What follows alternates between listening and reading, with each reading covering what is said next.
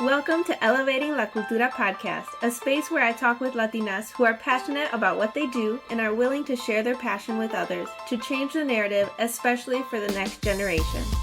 Each season is centered around different topics, but all with the Latina perspective. This is season 3, focused on education. So vámonos, and let's get into it.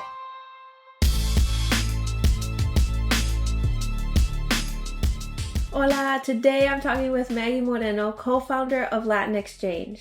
And let me tell you that the passion behind this organization is amazing. Community is so important in every career, and LatinXChange is a community for Latinx educators to grow, to have a voice, and to be encouraged professionally and personally. Maggie's story about how she came to launch LatinXChange is amazing, and the wisdom she shares is so generous. So please enjoy our conversation. Hola, I'm so excited for our next guest. Margarita and I have been in community together. This is the first time that we're actually collaborating and meeting virtually in person, but we have been connected through Chicago Latina Moms, a network that I talk a lot about on this podcast. And recently she's been doing things with Vanessa Avalos, which I have on the podcast a few episodes ago. So I'm excited to chat with her today and all that she's doing in the education space. So why don't you go ahead and introduce yourself and talk about LatinXChange? Sure. Well, thank you so much for inviting me. I am in awe by all of the amazing things that so many of us, and I say us collectively as Latinas, as moms, as, entrepreneurs, everything, all of these ventures that are coming out of the same place, which I feel is like filling a need, right? The evident need for advocacy and for community, and really for bringing our culture into the front, right, of that space, to be able to occupy space. And so I'm just humbled, and I'm really thankful, for the opportunity that you're also giving me to come on here on your podcast and share all of the things that really are driving our heart and our mission with LatinXChange.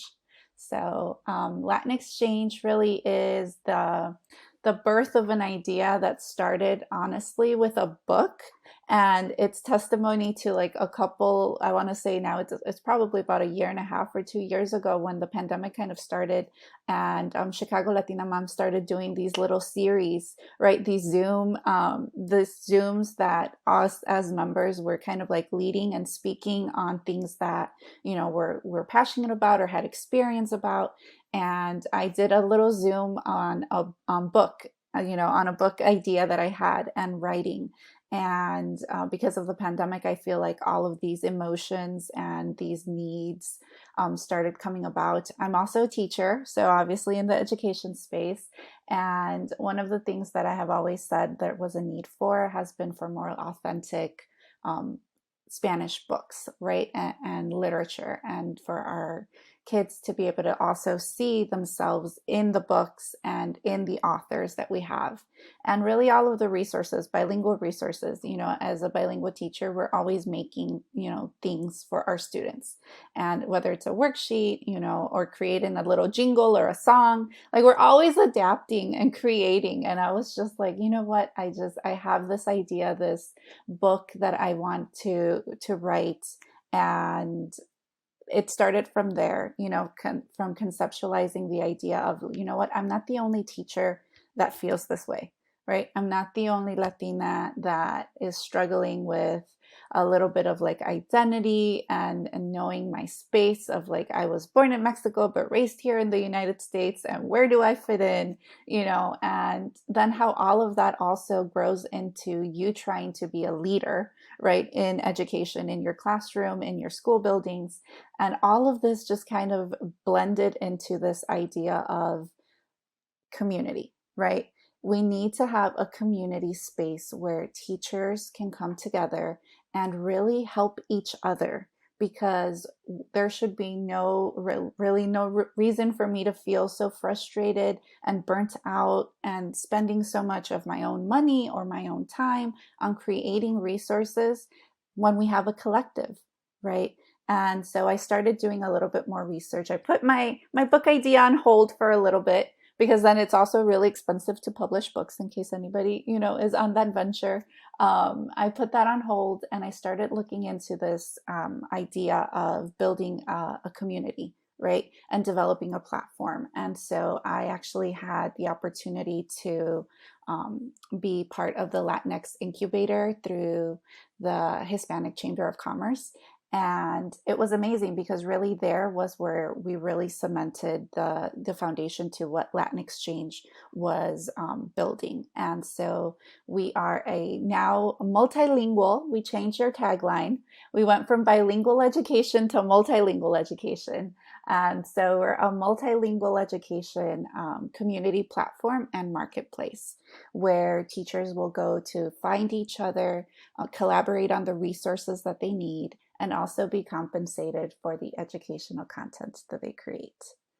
And that really is what we're driving forward with LatinXChange. We want to be that space, that safe space for educators, Latinx educators, bilingual educators, everyone who works also with multilingual students can have a space where they feel like they have a community that they can rely on, but then also reach out for help and creating resources so that they do not feel so burnt out, so that they're not spending, X amount of dollars out of their own pocket, that there's this collective of community coming together for those resources and creating more resources, but then also the professional growth opportunities for us as teachers and as educators.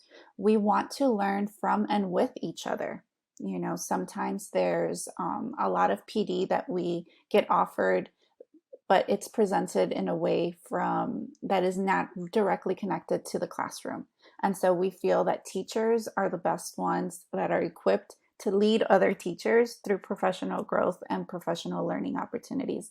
And so we're creating that space for teachers to be able to do that, and in so also be compensated for their time and effort in doing things like that. That's amazing. I really appreciate the compensated part, like the emphasis on the fact that you're wanting to compensate, because a lot of times like this is thought of to like, oh well, it's a free thing, but there's a lot of people on the back end that are doing a lot of work to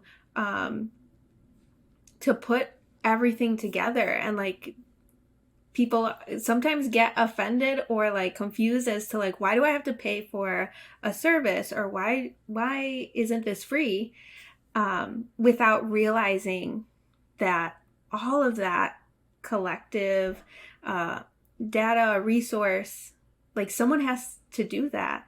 Mm-hmm. And so I have been more mindful in the past few years of that compensated part, because as a Latina, sometimes I don't realize like my own worth, and I feel bad for charging something or not giving something away for free. Mm-hmm. So I really appreciate that narrative being changed, and people realizing that, and like shifting this expectation, if that's the right word. Yes, no, it totally is. And especially in education, it's one of the conversations on the back end, with a lot of like my teacher colleagues that I've been having, is the fact that as educators, we really, we do it for the kids. We totally do it for the kids. Our heart in it is in the right place when you decide to be a teacher, right? You know what you're doing it for, but that does not equate that you're doing it for free. Like that does not mean that we are not professionals that, have the background, that understand the process of learning, right? And that can make professional decisions on how to teach and how to create opportunities for students to grow. And so, the teaching profession is also a female dominated profession. And you see the inequalities when speaking of other professions, right? And I feel like that's one of the main reasons. It is because we're women, and so you appeal to our sentimental, side and saying, oh, you do it for the children. No, well, yes, we do it for the children, but we're professionals, right? We are professionals, and we should be treated and paid as professionals as well. And so when, the resources, part of the way that we structured our platform also, and decided to make it a business, a Latina owned business, because I have two other co-founders who are also of Mexican descent, and actually all three of us were born in Mexico. Ni debo decir Mexican descent, because all three of us were born in Mexico, and came over here, emigrated over here with our families, and been raised here, and products of Chicago public school systems ourselves, and two of us are female, and we have one male co-founder that we have, and it was one of the decisions that we had to make early on was, should this be, because it's education, should it be a not-for-profit, or are we building a business platform, right? And we decided to go with a business platform because we wanted to take up space. There needs to be more Latino-owned businesses, right? We need to also set that example and professional level too in education. Like education right now, especially if you really look at it, it is a for-profit business. It really is. But the heavy hitters, right? All of our curriculum companies and our assessment companies, like where is their heart? Why is it not addressed in that sense? And so we're building a platform for educators by educators, y es una compañía con corazón, because at the forefront, it's going to be our employees and our teachers that we are working with and that we are serving. And so we want to set that precedent that we're here and we're going to take up that space, right? And we're going to advocate for the need to treat teachers as professionals and also compensate them as professionals as well. Educators need professional growth opportunities all of the time, yearly. We need that for our license as well, right? And so if we, the teachers, are the ones who are leading the PD, then we should also be compensated for it because it's also in our budgets at every single school that we work at. And the resources, we decided not to, quote unquote, charge for the resources because it's another form of advocacy in saying that all of these other big heavy hitting companies, you should be making resources that are equitable. There should be resources in Spanish that are authentic to the language, just like there's resources in English. And so we're not in the business to publish, right now. We're in the business to help teachers meet each other, collaborate, and really offer growth opportunities and elevate teachers as professionals and as teacher leaders. And so that is the reason for us deciding to do a business model. Oh my gosh, just hearing you talk and like the passion behind what you've built is like I'm getting excited and like as a business owner myself, like that passion and that drive is so important because having a business is hard. Mm-hmm. But like when you have the passion, like that is what carries you and like why you're doing it. And that is what drives everything else. So like, I'm just so excited hearing you. And yeah, I mean, I agree. I feel like that's the narrative that we always hear. Like teachers should be, oh, well, you're doing it for the kids. Like that should be what drives you. And like, but also like teachers are burnt out. And in order to serve the students that they do well, they need to feel respected in their space and in their like expertise. And if they're not, then that also plays a part in their own mental health and the way that they serve in the classroom. So I completely like am cheering you on and yeah. I'm so happy for what you're building. So walk us through like the growth of what you've experienced over the past few years, especially during last year. Mm-hmm. This, I think the pandemic has pretty much rocked everyone's world. At least we see, the glimmers of positivity that have come out from, such a situation that we've all really experienced and has hit our homes, in one way or another, directly or indirectly. And during the last year, really, we decided to, start a podcast as well, and really be able to just have the opportunity to meet and hear from so many other educators out there. Because I think that's one of the, it's one of the things that inner voices that I feel sometimes, we have to fight against, in saying that, like, oh, I'm all alone. Like, I'm the only one experiencing this. There can't be anybody else. But I think sometimes that's tied culturally, because we don't talk about our issues. We don't talk about what we're struggling with. Everything's okay, and you just kind of keep pushing forward. But we had the opportunity, to start through the Latinx incubator to build out our business plan and our platform and our development from the business side. Also, obviously, I'm growing in that sense of leading the company, as the CEO, which one of us had to take that title. I still don't feel fully comfortable with it, but I'm like, okay, I'm going to go with it and I'm going to grow with it. And we developed certain ideas, and one of them was the podcast, right? To really be able to have that as the advocacy piece, but also as the community piece, and connecting others and meeting others. And from there, we actually had a meetup during the summer for some of our guests that were in the podcast and who were here locally. We had a meet and greet for everyone, and it was amazing, because then we also opened it up to like Chicagoland educators, and we had about 12 teachers come out, during the night, and it was really amazing to be able to also see teachers be people, right? Because that's the other aspect, that every other profession, there's like social networking and professional networking, and all of these things that are already created and in place in other in other areas, in other professions. And for teachers, there really isn't anything like that. It's just, go to a conference, if anything, right?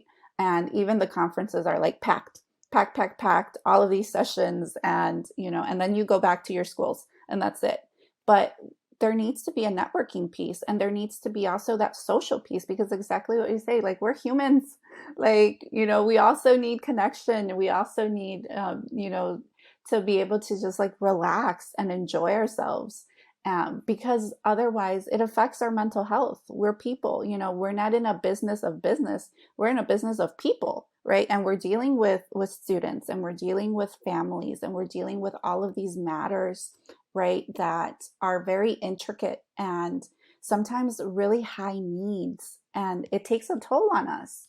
And so we decided to do a social meetup, right, a social event.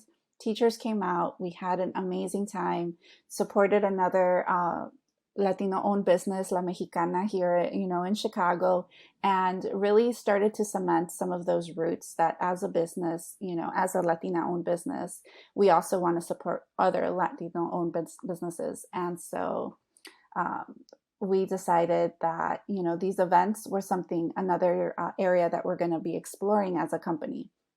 And so now we're going to also develop a couple of events for the rest of this year, and see, really see where teachers want, to meet each other and network, and really feel like they have the professional part being supported, but then also the people part being supported.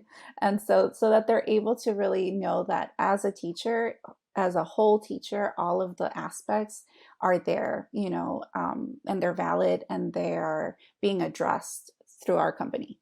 And so we've had the podcast, we've had the events, and just yesterday we had our first professional learning opportunity launch. So we had one of the educators that actually was in a book club during the summer. she decided to be one of our facilitators. So we have 5 founding facilitators who have designed mini courses for other educators, and they're around stress regulating strategies, utilizing technology and anchor charts. We have another one that is really sharing with us her method for thematic planning for multilingual learners. We have one of our teachers who will be facilitating a multi-day growth opportunity really for other educators or new teachers who are new to like special education and multilingual education, and how do they integrate their learners into the general education space. And then we also have Dr. Karen Andrade. I'm like gonna say, just because I feel so humbled that that she has been in academia and in higher education, and then decided to go into elementary education, and she's a dual language teacher now, and she's going to be doing a course on community building and the importance of really establishing a strong sense of community in our classrooms. And so I'm just in awe by all of these educators who are ready, right? And who really just needed a platform and needed the encouragement, because that's the biggest part that we are providing. Is like, les estamos echando porras each and every week, sending them an email and checking in with them, providing templates, and really being the sounding boards to the professionals that we are working with, because they really are in their own element and are ready to lead and to collaborate and to facilitate for other educators. And so we're really excited that over the next couple of weeks, we're going to have all of those courses through the platform, and, rolling out the events, and really seeing just, where we can grow from all of this. That is so exciting. I am really happy that like things are going to be more in person moving forward after a whole year of not doing in-person events. Like it has, I don't know, like it has taken a toll, and I didn't realize it at first. But when I started, like in the beginning of the summer, when I started seeing other people like in person, I didn't realize how much I missed it. Like estaba bien en la casa, like not doing anything, taking it easy. I wasn't working as much because the events were postponed. And so when I started getting back out there and like going to meet up with a friend for coffee, I was like, oh my goodness, I have missed like this like conversation in person where you can see each other, you can like be present. And that is so exciting for educators to be able to have that space like coming into like a new year, like especially because it's been such a stressful year last year, and even this year, as everyone's trying to shift and plan and pivot and make everything work and be there, be the support, but also be supported. Like it's a lot. I know that like even though I'm not an educator per se, I homeschool my own children, but like just navigating all of my own stress and anxiety and feelings, and also being aware of how it has affected my own kids has been it's been a lot to process, and I think it's always better when you can have the support and encouragement of a whole community saying like, we're all affected by this, we're all in this together, but let's support each other and let's move forward. And just the simple act of knowing that someone is in your corner or like cheering you on or supporting you makes such a huge difference and an impact on not only that individual but the community, and then also the kids, and then also the families. So I think what you're doing is huge, and it's so exciting. I am curious as to how it has worked to work with the Latinx incubator. Hmm. They were amazing. Like they really, they know business, right? They totally, prepare you and walk you through. They have this it's called like the Pyros program, where, they have different stages of businesses. And I believe right now they're accepting applications. I'm not sure when officially this episode will air, but you can always look on their, on the website and see when the application process opens again. And it's an amazing program. Any Latino, Latina, Latinx business that is an idea, like you don't even have to be fully rolled out or have a clear business plan yet. If you're in that idea stage, you can still sign up and they will guide you. They have, the resources and community and really just mentors to be able to help you and refine and also be real with you, because honestly, the director of the program was meeting with everyone one-on-one, and earlier on in the program, I met with him and I was just like, you know what, like it's a lot. I'm working full time. I'm here. I attend our meetings because you meet weekly, and I was just telling him how it was really hard. And, he responded very, very clearly in saying that, there's a reason why so many businesses really don't make it. And I'm not saying that yours won't, but this just might not be the right time. Right. And it was like that gentle but encouraging voice of, if you're going to do this, do it, and if you're not, it's okay to say that it's not the right time. But I was like, no, this is the right time. Like, we're going to do it. And after that, like, it just really, it was fuel to my fire of wanting to see this, develop and grow. And so if anyone has an idea, like, I would highly encourage to seek out that mentorship, seek out incubators, right? Because that is what they really do, is they help you form and develop your process and your idea and your service or whatever it is that you're going to be developing and putting out for people.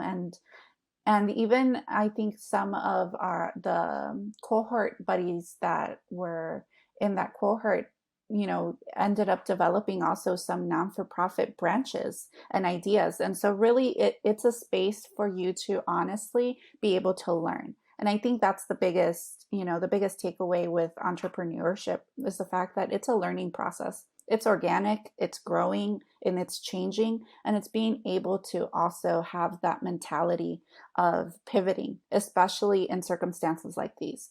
So many businesses were affected by the pandemic, and the ones that are still here right now, it's because they were able to adapt to that change, right? And be able to serve a need also is very big right now.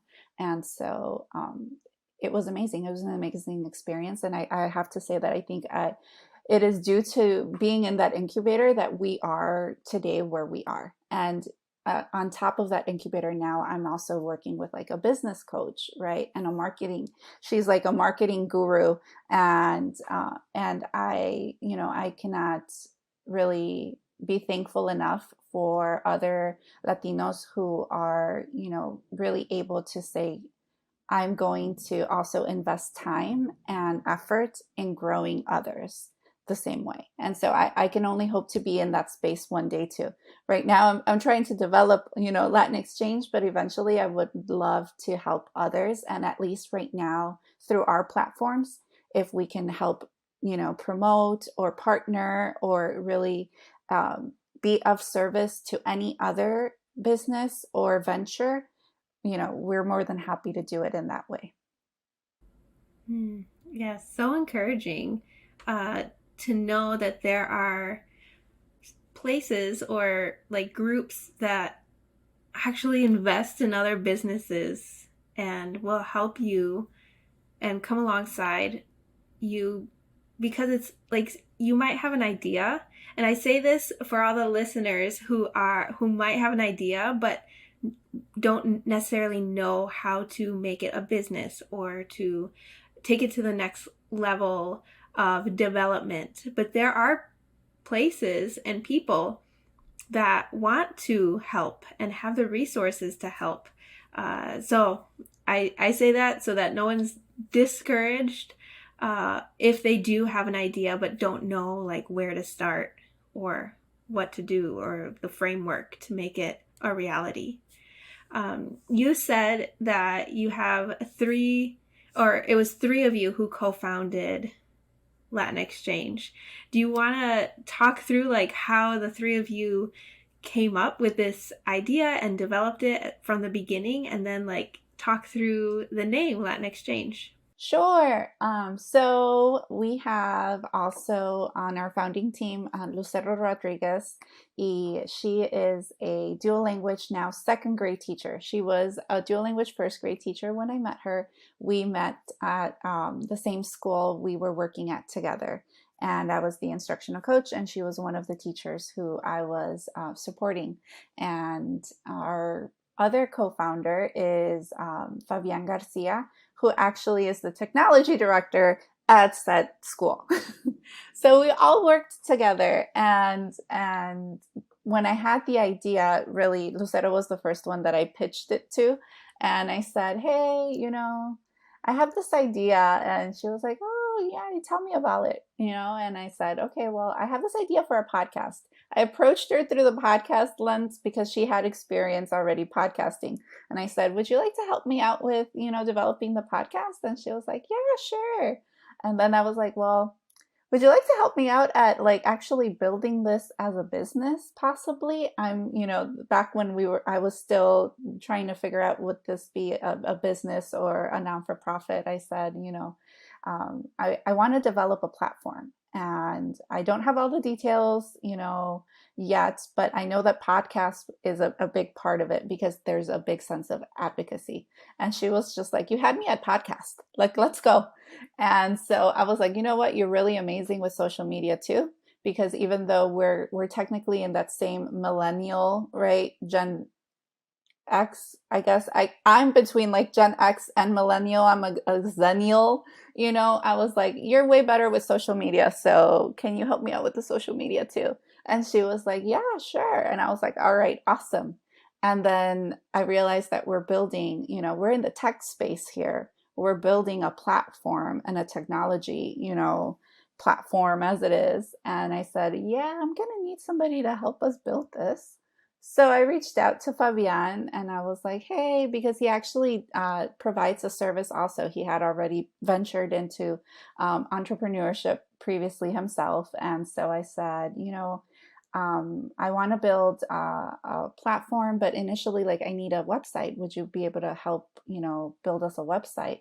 And he was like, "Yeah, sure." He quoted me for the project and things like that. And I said, "Well, how about this?" I'm like, "Would you like to come on board and actually help build this out?" Think about it. I'm like, I could either, contract this out and you'll just build me the website and that'll be kind of like the end of it. Or we can go on this journey together and, really, really build this out. And he was like, "Yeah, I'm on board. I'm all for it. Let's do it." And so we formed our LLC, we incorporated everything, and we started this journey, together. And Fabian really has been the one who's supporting us with the tech, putting in all of the plugins, all of the things that we're utilizing to really test and see it if this is a viable product that teachers are going to be engaging with, from that business side. And then also from like the social side with Lucero working on outreach and the second season of our podcast. And she's also going through a teacher leadership program herself. So, we're all working full time still in schools. We're all, managing one part of the business and driving it forward. And right now, everything that we create is in-house. So it might not be as cohesive, but we're working on it, right? I've been the one who's been leading the charge with obviously applying for grants and opportunities. I pitched our business idea, right, at TechRise. And TechRise itself is an innovative idea because it is highlighting Black and Brown, entrepreneurs and giving them the ability to pitch and have those funds be applied for their startup funding, which is amazing, right? And so I won $20,000 back in June, which was amazing to really, help us develop and really purchase a lot of the licensing and things that we needed. And then more recently, this week, I got to make the announcement that we are recipients of the Saya Scotch and Whiskey Entrepreneurship Spirit Fund. And so through that, we won another $10,000. And again, it's just initiatives of other, Latinx business owners really that see the need, that there needs to be more of us occupying this space. But we also know that there's hurdles that need to be overcome, for us to be able to get there. And so giving back to the community, I feel like even in itself is a mind shift, because sometimes I would say that, Latinos, we're our own worst enemies sometimes, because when one makes it, you're kind of like, just like, okay, bye, I already made it. You don't look back. And that really shouldn't be the way that we are. If one of us makes it, all of us makes it. You're paving the way for more people to come and grow and really further highlight, all of the amazing things that our community brings to the table. And so that was in part really the perfect segue to why LatinXChange is named LatinXChange. And it is because there is a cultural sense to it. All of us, are Mexican born. All of us are, Latinos. And the big conversation right now in that space is, word choice. And because it becomes an identifier, right? Are you Latino? Are you Latina? Are you identifying as Latinx, Latine, right? Because Latinx came out of the inclusivity, but it's also not, quote unquote, appropriate to the Spanish language. So many things that could divide us, right? If you get down to it, where really we should be able to say, as a collective, we're at a space and time where you choose, right? You choose how you want to identify. It shouldn't be demeaning or hurtful to someone else. The way that you pronounce it, the way that you want to self-identify, that's how you want to identify yourself, right? And for us, it was a play on words, to be perfectly honest, at the beginning, because it's Latin and then it's X, but it's an exchange. We're building a community and communication and collaboration platform. So it's LatinXChange because we are Latinos, right? And there's an exchange of information that's going to be happening on our platform. And it just happened to fit in also with Latinx. And for us, like I said, we're all in that generation where we're nearing the end of Generation X and into that millennial space. So for me, it was like it all fit together. It really identifies, who we are as a collective and our founders. So we're LatinXChange. We're here also to make change happen in the education field, right? We're at that point where, like, we're not going to go back to quote unquote normal, because normal wasn't working. So we need change to happen. And that's our main, our main tagline is that we're lighting the fuse that will catapult multilingual education forward. And we're changing even that bilingual part, because multilingual, we're saying we're encompassing all languages. Latinos really are the largest, minority population in ELs, which are English language learners, right? So the largest population speaks Spanish, but that's not the only language. And as a multilingual, teacher, you can have students from all over the place. And even within the Latinos, within being Hispanic, right? The amount of languages, is also like it. There's dialects, there's, native languages that are being spoken. And so you're highlighting that. We're moving into that growth and asset-based mentality versus just sticking to labels that, are applied as a collective. No, there's a lot more to it. And so we decided to stay with LatinXChange. That is what we're going to be known for, to be that platform where change can really happen. That's so powerful. I love it. When did you transition from bilingual to multilingual? That is a recent change. We're also in the process of like updating, revamping our logo a little bit to give it more of that cultural, flavor, so that it really, represents us. And so the tagline from bilingual education to multilingual education also has been a recent, shift in the education space, as Illinois teachers, right? We're also part of the WIDA consortium, which gives us our English language development standards. And they're making that shift as well, moving from, bilingual education into that multilingual space. And it really is because we want to encompass everyone in our classrooms, every culture that comes into our buildings. And it's an asset-based mentality. And so we're adapting that, very recently within these last couple of months.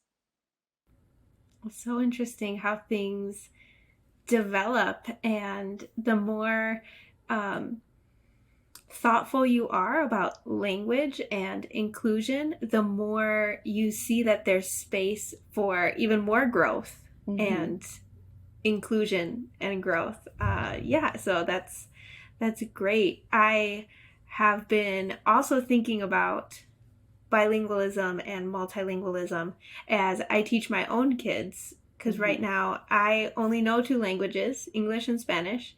But if we want to be traveling the world, and there's also a lot of apps that make it easier to learn different languages, I want to be able to encourage that in my kids, but also in like our own lives, to stretch ourselves to learn more languages, or at least like try and learn the basics of Mm-hmm. communicating with people who speak something other than English or Spanish. So that's great. I think right now I'm in a process of that growth and that shifting my mentality and just being more open to what um, can be, like the possibilities. As a Mm-hmm. homeschooler, like it's easy, or it as a homeschool mom, like I have been stretched in my own thinking of what education should be. And it's over the past few years, as my kids are getting older, it's just been exciting to develop curriculum with them, Mm-hmm. and with like the future in mind and what I want to include in our day-to-day learning. Mm-hmm. um, That's amazing. That's inspiring to me too, I have to say. I have thought about homeschooling so much, even as an educator, right? Because we firsthand see some of like the bigger needs that we feel like we can't change. And I think, you bring such an amazing perspective into the education space. I know earlier you said you're not an educator, but you are, because I really do feel like we all are. When we're talking about education, it's a collective, it's the professionals, right? Teachers who are obviously licensed and have the background, but it's also the parents and the environment, that we're building, and the collaboration opportunities that we have. And so I applaud you so much for, taking that lead, and really bringing also that sense of culture into that space. Because even as teachers, sometimes we struggle with bringing the culture into our classrooms, and it's just amazing. Thank you. Thank you. I really appreciate that encouragement, because it can be so lonely, like as a homeschool parent. So I really appreciate that. I am curious as to like your um, background in education, not just like as a teacher, but like before you were a teacher. Like, did you think that you would be here now? Like, was there anything that impacted you as a child, or as a young adult, or even in high school, in college, that has been that one thing that has led you to desire to build like this community? Well, I think everything, is divine appointment. And intertwined in ways that sometimes we can't even imagine or see. But for me, really, so I started off college really through the encouragement of my now hubby, who, we dated off and on throughout high school. We've known each other since elementary school. And he is, he's a big supporter of all of my adventures. So I actually ended up not finishing high school because I went through like this really big, now that I look back, on it, emotional, cultural crisis. Because when I got to my senior year, I realized, like, I always knew I was undocumented. Um, but senior year, it like really materialized. And all of my quote unquote hard work was kind of like in a sense of, what was it for?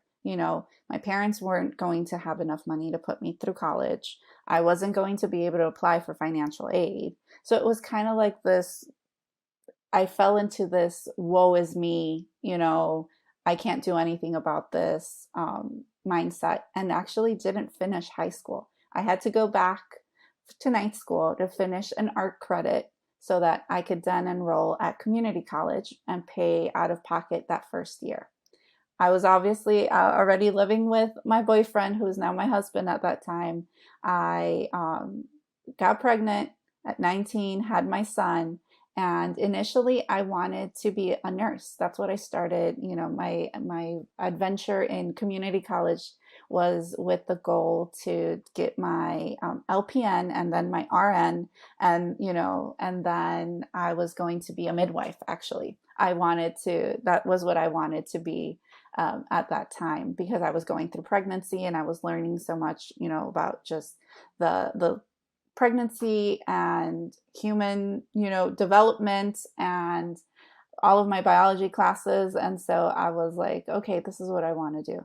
I've always been a very big book nerd. So learning was like my thing, I loved being in school. And when I had my son, it was like a light bulb went off, because seeing him grow. And then once he got into, like, when he was like really, 2 years old, 3 years old, that I got to really see that light bulb go off whenever he learned something, whenever he was able to do something on his own. I was like, you know what? I want to shift to education. I want to be a teacher. I want to experience those moments every day, because it's just so amazing. Like when you see, your children even, and your students, like, be able to do something for themselves. It's just like the most amazing moment. I feel like, we're in it for the students, but really teachers are in it for those moments. Like those moments where you can really say, wow, like I helped facilitate that. Right? I created the environment for that to happen. That's why we do it. I really do think that that's why we do it, because we're just so inspired by those moments. And I went and I shifted, I switched my major from nursing to education. I got my bachelor's degree at St. Xavier University, and I was ready to, to do my clinicals as a nurse. And then I said, no, I'm going to change my major. And I started the education, classes. And it took me a little bit longer to finish, but I was happy because I was going to be a teacher, and I was going to be a science teacher because I had all of that science background. And then I couldn't find a job as a science teacher. And the only job that I could find was as a bilingual interventionist, really, a bilingual classroom teacher. And I was like, okay, I was unknowing to myself, an EL. I mean, my first language at home was Spanish. And I mean, I knew in concept, like, okay, yes, bilingual education. But I finished my bachelor's. I got my first job as a bilingual interventionist. And then I went straight into a master's degree program because I love school. And, why not? I was also then pregnant by then with my second baby. And so first year teacher, pregnant with second baby, just finished bachelor's degree, going in for a master's. Why not? I started to learn really the history, of bilingual education and really see myself right in those books. Really see myself as a learner, as how I was categorized as a student, and then really taking a critical look at what are the services that we are providing for our students then, because I've always been the teacher that has had the lens of the way that I want education to be for my own kids, right? Because by then I already had two, is the way that I want to teach in my classroom. So the teacher that I want my kids to have, is the kind of teacher that I want to be, which many times I was not. I'm human too. But it was always the reflection piece of, is this really the teacher that I want to be? Is this the teacher that I would want for my kids? And I've always let that be my guiding lens in education. Am I providing the correct services? Are we advocating for the needs of the students that we have? I now have four kiddos. The first one, didn't go into a dual language program because there weren't that many around when he was going through school, and he's now a sophomore in high school. And my three girls are in dual language programs, because I know the value of it. And I'm a big advocate, obviously as a teacher and as a parent for it. And now I'm able to work with a network of schools in ensuring that they're providing the best, and required services, because really in Illinois, where I'm thankful to live in a state where we have required services for our students. And sometimes the advocacy piece is not there, for parents to really know how their schools should be supporting the students. And so it's a collective of all of these things that have brought me to the space where I know that as an educator, this is the company that I want to build to be able to reach more educators, right? I finished a second master's degree not too long ago, which, my cap is up there. I have my endorsement to also be a principal, and it's something that I definitely want to explore, and I'm applying for, the opportunities to be an administrator, because I want to have that community feeling too. I want to be in a building and I want to work with fellow educators every day and serve, the students and the teachers and the families that are there. And I want to develop LatinXChange to be the online community where it's not only in the building, but it's really worldwide, where educators can find each other and really have that sense of belonging, because not every building has that, right? And so I know that I can play my role and put my little nugget in my direct circles of influence that I have here, but I can also do that through LatinXChange, and really building that as the platform for so many other educators who don't have the opportunity, right, to be able to voice what they have to offer and what they have to say. Wow, thank you for sharing your story. You have such an amazing story, and I hope it does encourage people who hear that story. I wanted to see if you had any encouragement or advice for the next generation. I know things are growing at like really quickly and shifting for like the better, I think, as a society. So I want to know if you have any advice for people that are coming into the education space.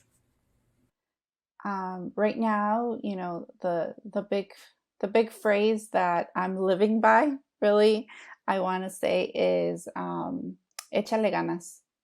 And what that really, to me personally, means is that you go at it with all you have, that you put your heart, in it.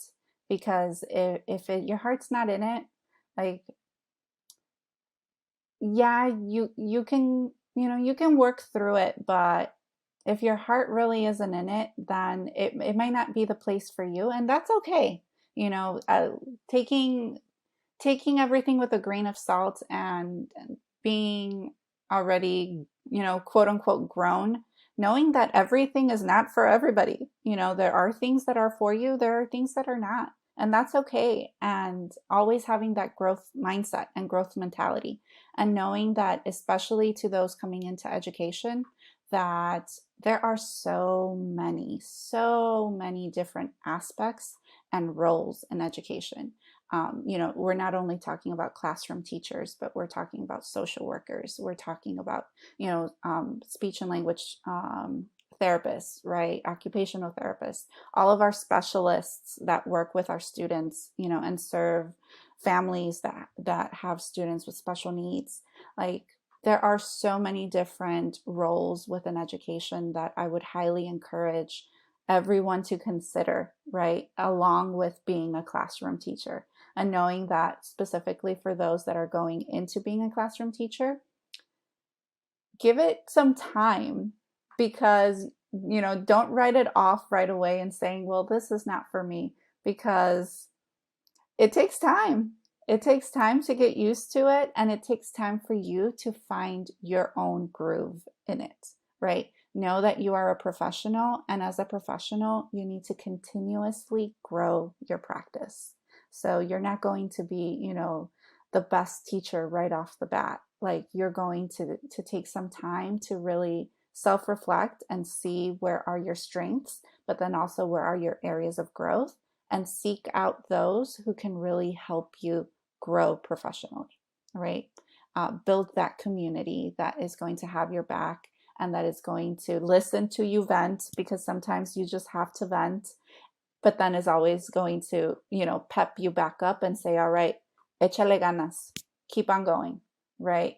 Keep on going, because you're making the biggest difference. And, not only in your students' lives, but in those families' lives and in the community. So good. Thank you. Um, Before we wrap up, I wanted you to talk a little bit more about your podcast, and then share where people can find you.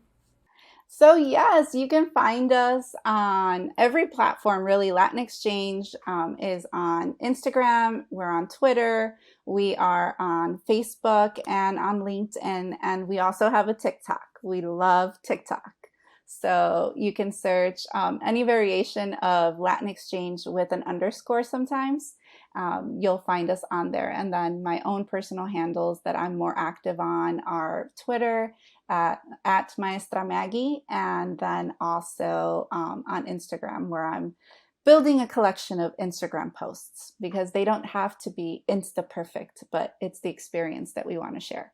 So you can find us all on there. And for our podcast, we're really excited because we are going to be recording season 2. We really want to highlight, the experiences of other educators. One of our big goals is to hear from educators in other states, because we want to know, what does multilingual education look like in Idaho? Because we know there's some kiddos out there, and so we want to know, what's the status of it? How are our students being supported out there? And so if you happen to be a teacher in Idaho, please reach out, and in all of the other states as well. We've heard from educators in California, Texas, Florida, and so we're really interested in spotlighting some of those other states, so that we can really get a good sense of where education is right now for our multilingual learners. We want to touch on teacher advocacy, right? Having that work-life balance as educators. We also, especially right now with the return to in-person learning, and also remote learning for some, because the pandemic is still going on. We want to highlight social emotional, needs, but also learning that is happening. What are the programs that are being put out there? Are they culturally responsive? That's another big topic that we would love to hear from other educators, what their experience, and what are they doing? Because there's some amazing things happening, and we don't get the credit for it because we don't like to take up that space. And it's time for us to do it. So reach out for our podcast. You can find it on the website, the link to fill out a form, so that we can schedule you in And then hopefully we'll be putting all of those season 2 episodes out in November, December, January.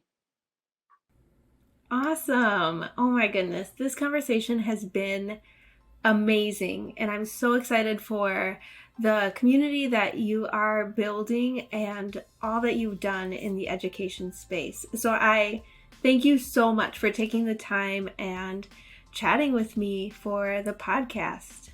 Oh, well, thank you. As always. Muchísimas gracias. Yes. Well, enjoy the rest of your day and see you later. Bye. Adios. We definitely need more representation and resources in the education space. I can't wait to see how LatinXChange grows and how Maggie and the team will continue to lead and inspire people all over the world. Okay, amigos, thank you so much for listening. There'll be a new episode every Tuesday, so after you listen, feel free to take a screenshot and share on Instagram at Elevating La Cultura or send me a DM. You can also comment on our YouTube video if you're watching online. I always like to hear from people and how they resonate with the stories that I share. So leave a review on Apple Podcasts so we can get more ears listening to these stories and we can continue elevating La Cultura. All right. Enjoy the rest of your day, afternoon, evening, whenever you're listening, y nos vemos next week. Bye.